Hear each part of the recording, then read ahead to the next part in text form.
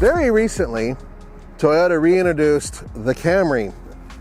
This is the model right here, and I have not had a chance to get my hands on one yet. And there's been some real changes, both externally and internally. In fact, a lot of it is pretty much a new car. Yes, there are some components, some stampings from before, but much of this is new. So in this video, I'm going to do my first drive of it, and we're going to talk about some of the basics around the vehicle. And I can already tell you that this is one of the best looking Camrys I've seen in a while because of that front end. That is taken right out of the Prius handbook. Oddly, I never thought I'd ever say that. Wow, that doesn't even sound real. But look at it. It's very similar to the way the Prius is designed, and the new Prius, we all agree, is a really attractive car. This one, however, is more practical in almost every way. Now, if you're looking at that grille, you're going to notice that you can't see through very much of it, and that's because only a little tiny bit of it is functional. The rest of it is there for show, but it's not as pronounced as it's been in the past because of this new front end design, which I like. Honestly speaking, this is a much more aerodynamic looking, more usable looking front end, and all of that I'm very grateful about. Let's go to the side because I wanted to show off these wheels, which I think are beautiful. Now, they're mounted. These are 19-inch wheels. These are 235/40 R19s, and they're Bridgestones. And these wheels, which are painted, are sumptuous, and I think they're really good looking against this darker blue backdrop. It's a very pretty blue, especially in the sunlight. Once you get to this pillar here, then it looks pretty much like the older Camry. In fact, this overall shape here is pretty much the same. And then coming back here, what they changed in the back was to make it look balanced to the front. So you have this new tail design. I like this too. I like that it says Camry here, but it's not like in little chrome letters that look like they might fall off. The way they've done this is quite nice. Sorry about the dust. We are at a racetrack. What do you expect? Now, this is the XSE. All-wheel drive, so it has a lot of the goodies you are looking forward to getting in a car that is sub-premium in price. So it's all-wheel drive. But that doesn't mean it's mechanical all-wheel drive like the Camrys of the past. As a matter of fact, it's not. There is an electric motor that powers these wheels, similar to a Sienna or a RAV4 hybrid, RAV4 Prime. They all have that. They have an electric motor powering the rear wheels. So in this case, this vehicle has a hybrid powertrain and all-wheel drive. Under the hood, you're going to see a 232 horsepower, that's combined, powertrain. Puts out 163 pound-feet of torque, once again combined.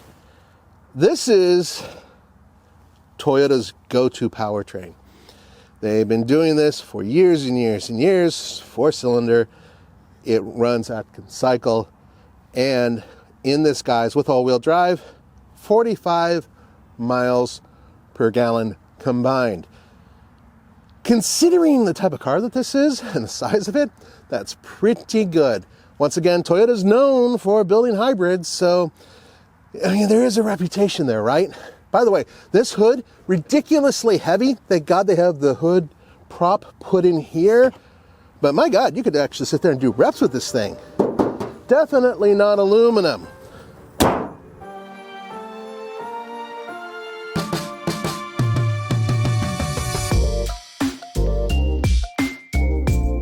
Plenty of things to like inside the interior, with a few things that I'm not over the moon about. First of all, let's go through the basics. It's a Camry, meaning you're not going to get a whole lot of razzmatazz. You're not going to get a lot of pizzazz. There's not a ton of gizmos, but there are just enough to make you happy and comfortable. And that's the part that's really important. Very comfortable car. I love the fact that you have soft material touches right here, where I always seem to rest my arm, but nobody else does. And the padding, you can feel throughout. Good leather text, or whatever the hell they call it nowadays. Anyway, fake leather, but it's actually better than real leather in the way at least it feels to me, right? So good materials in the places that you're touching.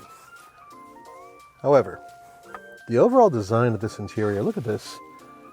I don't quite understand the purpose of having that type of grille setup, and it just doesn't look great to me. All that black plastic, they could have done anything else with it and it would have looked better.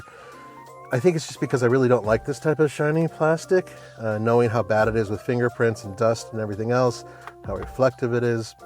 I really wish they didn't do that. Honestly, I think that the Honda Accord might have a slightly nicer interior. Actually, it has a nicer interior. It just does. But this is very useful. I like having the hard buttons here. It's heated and cooled seats. All these are hard buttons as well. So all your heating, air conditioning, vent controls, very easy to control. Let's turn it on because it's starting to get hot in here. We are in North Carolina, by the way. So, yeah. Okay, so this is, let's see here. Okay, it's different modes, different temperature settings. It's in auto right now. Heated steering wheel is on. Pretty simple to use. This is a 12.3-inch screen. This is exactly the same setup, by the way, that's inside the new Sienna minivan. So that's not much of a surprise there. Steering wheel controls, there's quite a lot going on here. This is all new. Remember, this is my first time in the vehicle, my first time driving the vehicle. Cruise control, all the settings are over here with lane departure control and everything else. And then over here, this is your infotainment setup. That's including volume control. On the steering wheel itself, paddle shifties. Let's see what they do, because I don't know. So I'm going to put it in the gear. Oh, by the way, down here, you have eco mode. We're not using that. Normal mode, and then sport. Yep, and sport is red, which means fast. I'm on grass right now, and I would really like to do some donuts, but I'm not going to, because I don't want to make the cameraman ill, and I don't want to get thrown out of here. Now, I've already driven it a little bit. I've put a couple miles here on it, and it's been great. The thing about having this type of setup, you no longer have the automatic transmission. It's a continuously variable transmission. They only come as hybrids now. It's not such a bad thing, because not many people are going to buy these because they have an automatic transmission. I refuse to drive anything that has a CVT. I'll only drive it automatic. Okay. That's on a sports car. This is a Camry. And I always fall back on that. When people say, oh, well, it had a V6 and it was really fast. Yeah, okay, it had 300 horsepower. Now it doesn't. Now it has mid 200 level. Is that so bad? It's a Camry. I always fall back on that because it's a Camry. Yes, it would be awesome if they took the little GR 300 horsepower 3-cylinder turbocharged engine and put it in here with a manual transmission, then it would be awesome. They're not going to. Why? Because it's a Camry. You guys got to seriously get over that. Okay, let's put it through a couple corners. Nothing too special. Remember, I'm not here to break any laws or speed limits or records. Okay. Huh.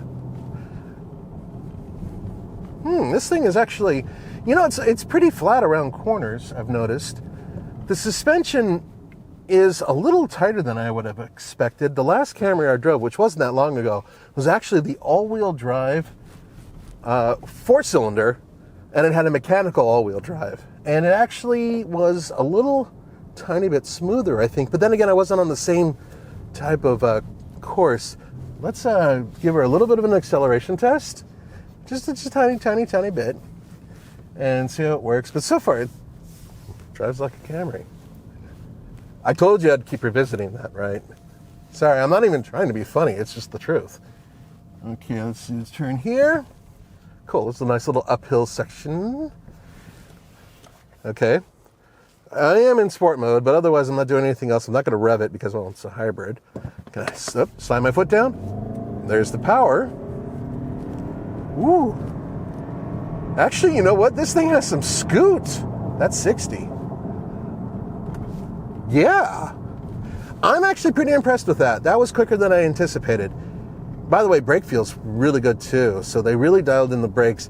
I used to think that hybrid brakes that Toyota made, they felt a little wooden to me, perhaps. This feels much better. So, steering feel is not a whole lot, but it's well weighted. So when you're going through and making those turns, I like having some resistance. Personally speaking, I like having a lot of resistance, probably more than most people would.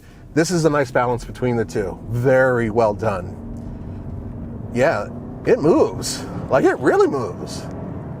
Yeah, I'd prefer a turbo, of course, but yeah, this thing does not mind getting out of its own way. Now, bear in mind, we're not up at high elevation where the boys are in Boulder. That would probably drop the performance a little tiny bit, but remember that this system is also built to work directly with the electric motor that's powering the rear wheels, meaning that when you put your foot down, it's assisting you in moving. There is no lag, and you have immediate torque hitting the ground. So when the CVT electronically continuously variable transmission, it's not really a CVT, but that's a whole different story. When that gets all spooled up and the engine's all spooled up and getting going, you don't feel a whole lot of lag. Actually kind of impressed with that. So there's an older Camry right there. Sup, never see you guys around. This is one of the best-selling automobiles in the world, and a vehicle with a trunk, right? In the United States, Camry is still way up there. There's always been a debate that everybody's moving to trucks or SUVs. Yeah, they're still selling hundreds of thousands of these. And for good reason. Toyota knows that their reputation is based on whether or not vehicles are reliable and if they are a good return on your dollar. And every day they're selling a ton of these for a good reason, because it is a good return on your dollar, because they're good cars. They've always been really good cars. Okay, so before we wind this thing up, I wanted to point out a couple other things. Now, these vehicles start really in the mid $30,000 range. Realistically, you're not going to get this version, which is near the top of the range, unless you're willing to fork out about $45,000. That's roughly what it comes out to. The good news is, as far as I've heard, dealers are not marking these up yet. They might if demand really increases. They tend to do that more with like the GR Corollas and whatnot, the fun cars. Those are the ones that are gonna hit you hard on. And honestly, if I were like an Uber driver or somebody who liked to do long distance and wanted crazy range, getting 44 miles per gallon no matter what you do to it, dude, and it's comfortable as hell. I mean, the seats are quite good. Yeah, I honestly can't argue with the performance or overall capability of the car. I've only just driven it, but I'm already coming away pretty surprised. Really, if there's anything that disappoints me, it's a couple of the design cues inside, and that's about it. Also, honestly, the Toyota's infotainment system that they've chosen to work with has been disappointing in almost every vehicle I've driven in. This one I haven't had a chance to really play with, but I'm pretty sure it's the same as all the other ones, meaning that even though the size of the screen is quite good, I think that the graphics and the interface are just not great, honestly. Okay, well, that's about it. Let me know if you guys have any questions below. I intend to be driving one of these in Los Angeles in the future, and I'm looking forward to it because that is exactly the environment a car like this belongs in. I'll see you next time.